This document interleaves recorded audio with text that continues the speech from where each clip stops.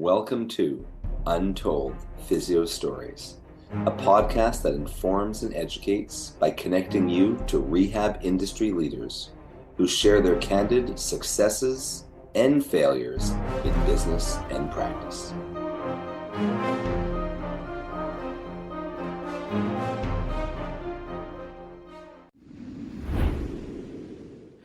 Welcome back to Untold Physio Stories. I'm one of your hosts, Dr. E, with Modern Manual Therapy, the Eclectic Approach, Edge Mobility System, and of course, Untold Physio Stories podcast.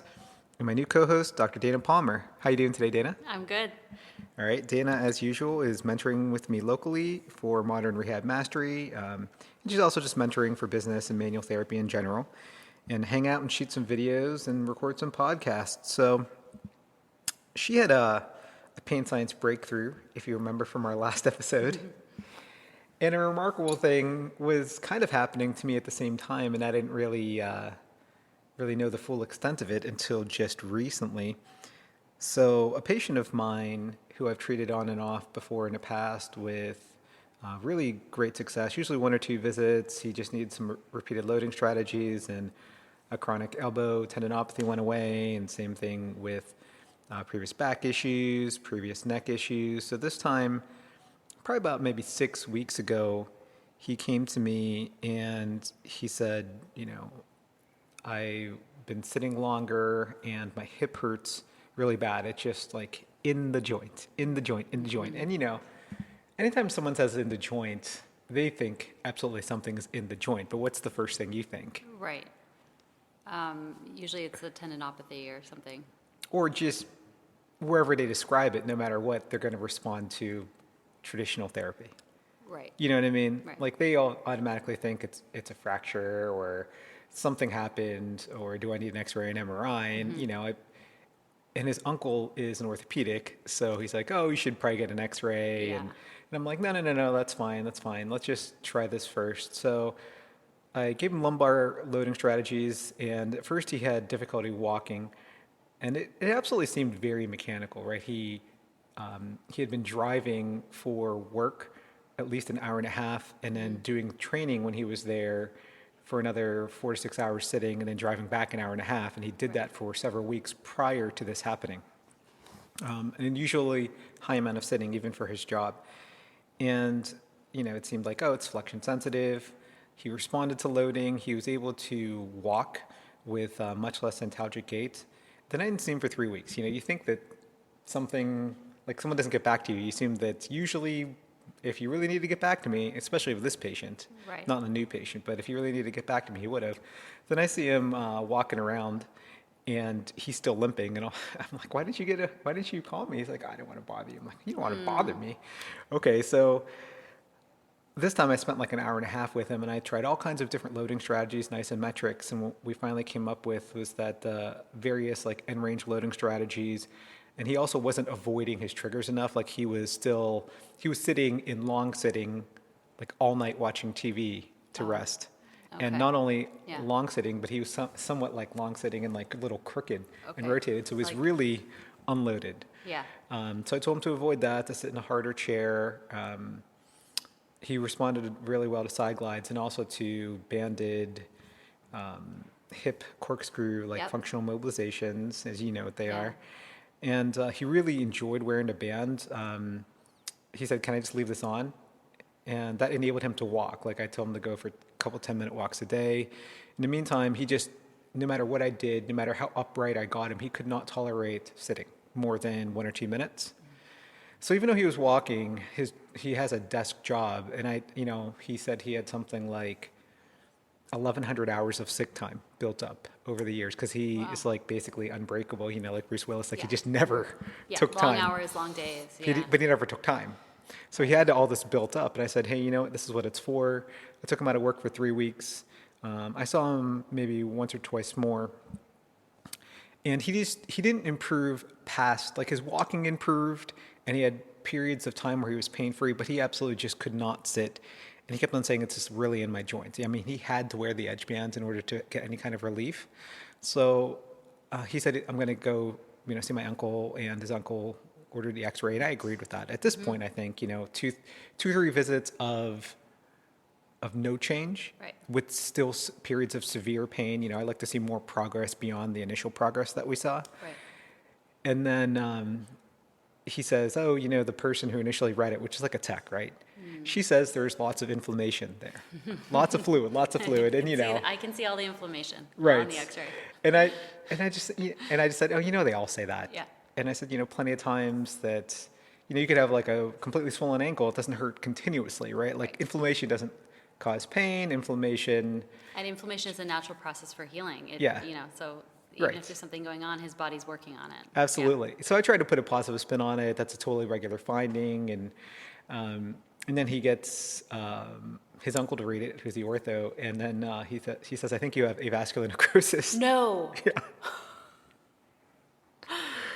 So then he's like, should I still keep doing this exercise? His uncle was like gruff, and that's basically it. He's like, I got to go to surgery. Thanks. And then he just got off the phone and he's like, should I continue doing these exercises you gave me? And I said, yeah, it's like, you can't make it worse. And honestly, Right. conservative treatment is really indicated here. You're not going to cause a fracture or anything Yeah. like that. And he asked me also, he's like, look, I'm diabetic. And several years ago, I had a treatment done or had some kind of procedure done. He didn't say why, and I didn't ask why, where they removed like a major blood vessel on that same limb. Do you think that could have led to this avascular necrosis? And I just said, look, I can't say yes or no. Right. Certainly. But it's an interesting It finding. is. And, It is. And being diabetic as Yes. well, with your body's ability to heal. And if something is going on in the joint, and can your body deal with that or not? Do you end up with AV? Right.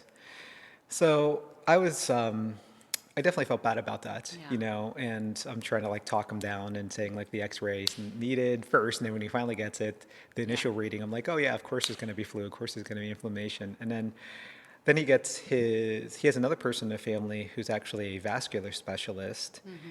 And he was in town last weekend and he actually diagnosed it as this differential diagnosis that's a bit newer for AVN, which is subchondral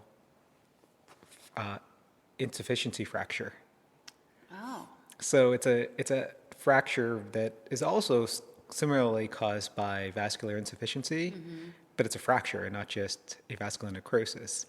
And the prognosis, according to the paper that he sent me, was basically they don't really know this. Some of them respond to conservative treatment, and others basically say it rapidly declines. So he's just basically out of work now and fully non-weight bearing on crutches. Non-weight bearing, yeah. Yeah. Well, what's so obviously there's some insufficiency going on there that would cause it, but like, what's the amount of force that could cause this fracture? You said he was training. What is that? He was just entail? sitting. Okay. So Yeah. I mean, what was his hip motion like, his ROM? he had really, until I banded him, he had very sharp empty end feels at hip flexion and IR. Okay. And when I banded him, I was able, and with isometrics and manual resistance and some light corkscrews, he was able to tolerate a lot of the motions, but IR always caused him sharp pain no matter what. Right. I might have increased the range just a little bit from basically 5 degrees to maybe 7 degrees, but that end feel was always sharp, always painful. And he kept on saying it feels like it's in the joint. He's And telling, it's yeah. absolutely in the joint this But time. you hear that so much. Right. And so it just becomes one of those things. Yeah, I mean, you become numb to it. Yep. And, it's similarly, I mean, he wasn't focused on it like your last patient Right. was, but still, I'm trying to just do my due diligence and Right. not cause fear avoidance or not give a negative message or anything. And it was in the joint, Yeah. and we'll see where this goes. I mean, I'm interested in his prognosis, and I'm just glad I didn't do BFR on him. Right. Well, yeah. Well, yeah. Right. Well, and I think for someone like this though, like if he has long periods of whatever his desk job entails, he needs maybe a standing station or, those chairs. It's like a kneeling chair where Yeah. you're sitting in like more extension. Right. Because he just can't be, for whatever reason. Yeah. He also shouldn't be couldn't, sitting in that. he couldn't tolerate extension either, but extension might have just put him, like his hip more in a posterior position, Yeah. like similar to IR. Right. Yep. So I think it wasn't really the lumbar extension that bothered him. Yeah, it was more like the hip was extending. Yeah, but it's interesting too because I had a similar case that I told maybe a year ago or so. I don't know if you remember it if you listened to this podcast, but someone came to me, a friend of a family, and he had severe acute onset of low back pain, and after like half an hour, I was finally able to almost completely relieve it, correct his lateral shift, and then 2 days later, it turned he had facial droop, and it turns out that he had. Do you remember this? No. No, it turns out that I said, oh, he should go to the hospital right Yeah. away. And he had all kinds of other comorbidities Yeah. like chronic smoker and everything. And then he had metastases, and he was dead like a week and a half later. Oh my goodness. But I thought to myself, wow, like I can't even believe I got him to feel good to begin with. Yeah. And that's just the power of repeated loading strategies and, you know, neuromodulation of pain, that even if you have actually something going on, you can still modulate pain. Right. You can still make a big difference with Yeah. just challenging the nervous system. I think that that's something that's, you know, impossible to detect, right? Right. Yeah, it doesn't present in the way you'd expect. Right. And the moral of the story is basically, like we say a lot in Untold Physio Stories, if someone's not responding as you expect them to, or if they are even slowly progressing at first and then go very rapidly to no progression, you're pretty much beating a dead horse. Like, trust your gut. Very rarely do you come upon a breakthrough at visit 8. Right. You know. Exactly. Yeah. You should probably send them for imaging, and you know what? If everything is negative, if they're imaging and blood work or other testing, then fine, go back to rehab. But there's usually a reason why things don't respond. So That's a good lesson. yeah, it is. And a good story, and it goes along with the theme. It does. Our recent theme of Physio Failures podcast. Anyway, all right. Well, you can find me, Dr. E, at Modern Rehab Mastery. That's our new online mentoring program. It includes modern manual therapy, modern patient education, and modern strength training. It's 3 months with 3 mentors. So 1 month with each mentor, 4 weeks, tons of modules, lots of CEUs, learn at your own pace for a month, then move on. So go beyond the seminar. You also get chat room with your mentees and mentors, and live Q&As every week. Check out all my products, Edge Mobility System. We have the new Edge ISTM toolbox that includes the Edge Mobility Star and the OG Edge Mobility tool, our Edge Restriction System BFR cuffs. That's part of Dr. Kyle Coffey's Modern Strength Training BFR certificate.